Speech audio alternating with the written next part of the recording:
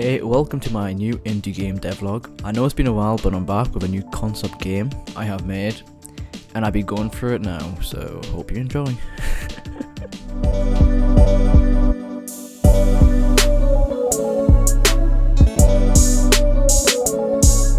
To make this project, I first downloaded Unity's third-person controller from the Unity asset store.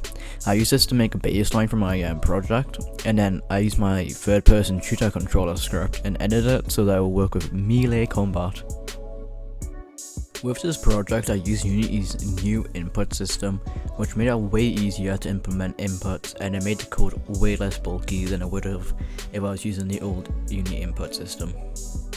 With the combat system, I used some old 2D sword combat script I made a while back, and I adjusted it to work with my 3D character. It wasn't hard to do since it wasn't that much different from the original code. And in the combat code, I had checked that the player was in combat mode and wasn't holding their shield up, so it wouldn't interfere.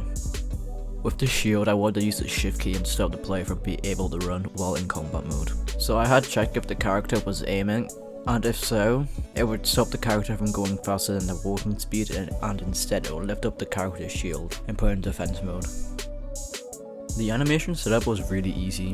If slash, if block, block. I changed the animations all in a script and used animation layers so that the sword animations would go over the walking animations and allow both to run at the same time to make smooth, seamless animations.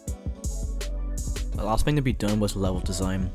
I used a drawing I did from college and remade it using the low poly assets I had bought, and overall it came out just how I imagined it looked like. I used the adventure and knights low poly assets from the Unity store, and you can see them here.